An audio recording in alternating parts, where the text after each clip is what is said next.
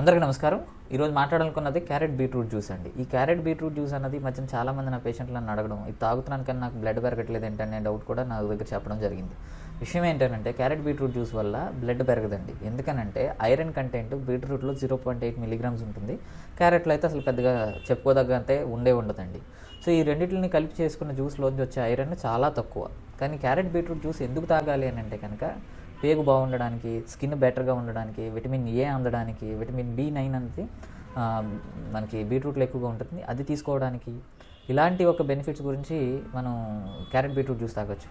దీనివల్ల side effects ఏమైనా ఉన్నాయంటే కనుక నార్మల్ హెల్దీ ఇండివిజువల్స్ ఎవరైనా సరే, అంటే ఆరోగ్యంగా ఉన్న వాళ్ళు ఎవరైనా కానీ క్యారెట్ బీట్రూట్ జ్యూస్ నార్మల్గా తీసుకోవచ్చండి.